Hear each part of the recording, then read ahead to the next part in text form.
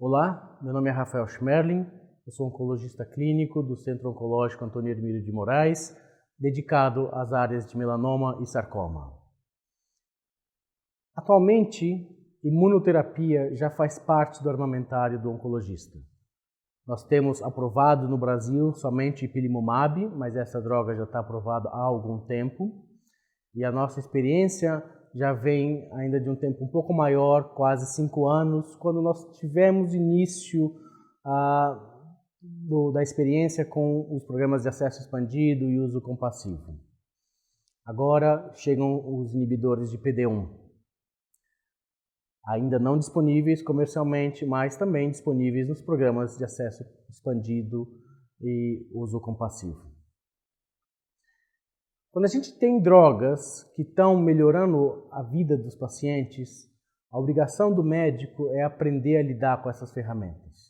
Nós não temos como escapar disso, a imunoterapia veio para ficar, e o que a gente espera é que todos os médicos, ao recomendarem essa estratégia, tenham a segurança de usar.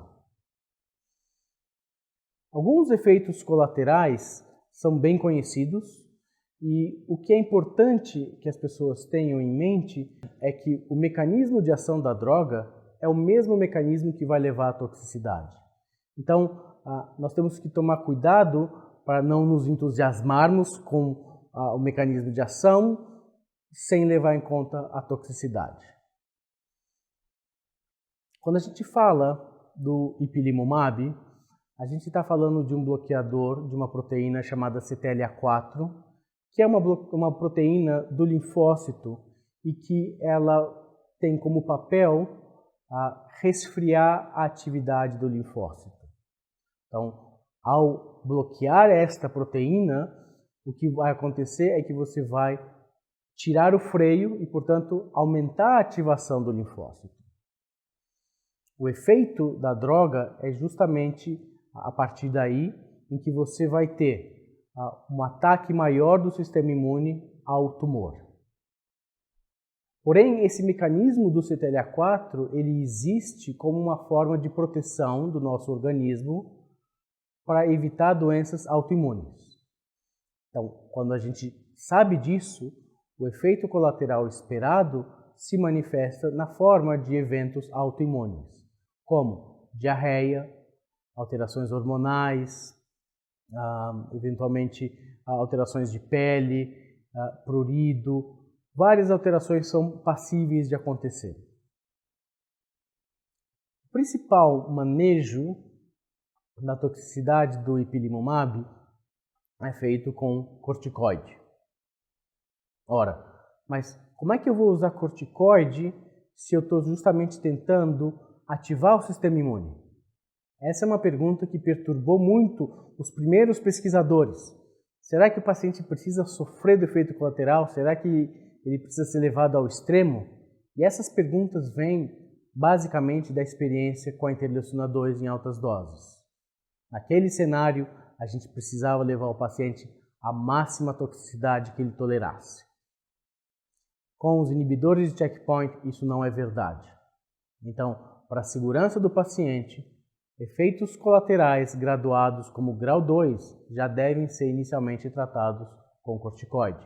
Com corticoide oral, a gente recomenda a dose de 1 mg por quilo de prednisona e essa retirada do corticoide deve ser lenta, deve ser paulatina, prevendo 30 dias.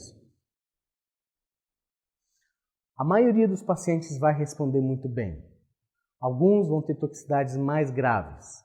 E essas toxicidades mais graves precisam ser manejadas com corticoide endovenoso. E raros pacientes vão precisar de inibidores de TNF.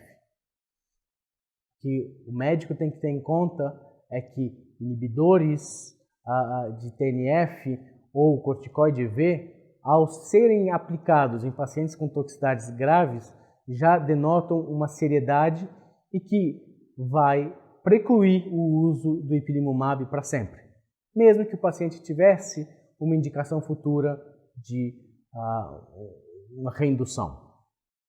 Isso não é verdade para o uso do anti-PD1. Então, o paciente que teve uma toxicidade séria com anti-CTLA-4, uma vez resolvida, ele pode usar o anti-PD1. Os anti-PD1, no geral, são bem menos tóxicos que o anti-CTLA-4. Isso já é conhecido e foi verificado, inclusive, em estudos randomizados. Entretanto, o manejo da toxicidade tem o mesmo princípio. Toxicidades, a partir de grau 2, devem ser manejadas com corticoide. A dúvida se o corticoide pode atrapalhar a eficácia do remédio foi definitivamente enterrada com uma série do Memorial Sloan Kettering, publicada agora em outubro de 2015, em que 300 pacientes foram avaliados, foram revistos numa revisão de prontuário, e o que se verificou é que toxicidade não fez nenhuma diferença para a sobrevida global ou tempo até falha, e o uso de corticoide também não fez nenhuma diferença, nem para a sobrevida global, nem para o tempo até falha. Nós precisamos ter a ciência e a tranquilidade para manejar a toxicidade desses pacientes. Sempre foi muito angustiante tratar melanoma sem que a gente tivesse uma alternativa terapêutica. E agora que a gente tem, alguns colegas ficam com receio de usar corticoide. Por favor, tenham essa tranquilidade e cuidem dos seus pacientes. Obrigado.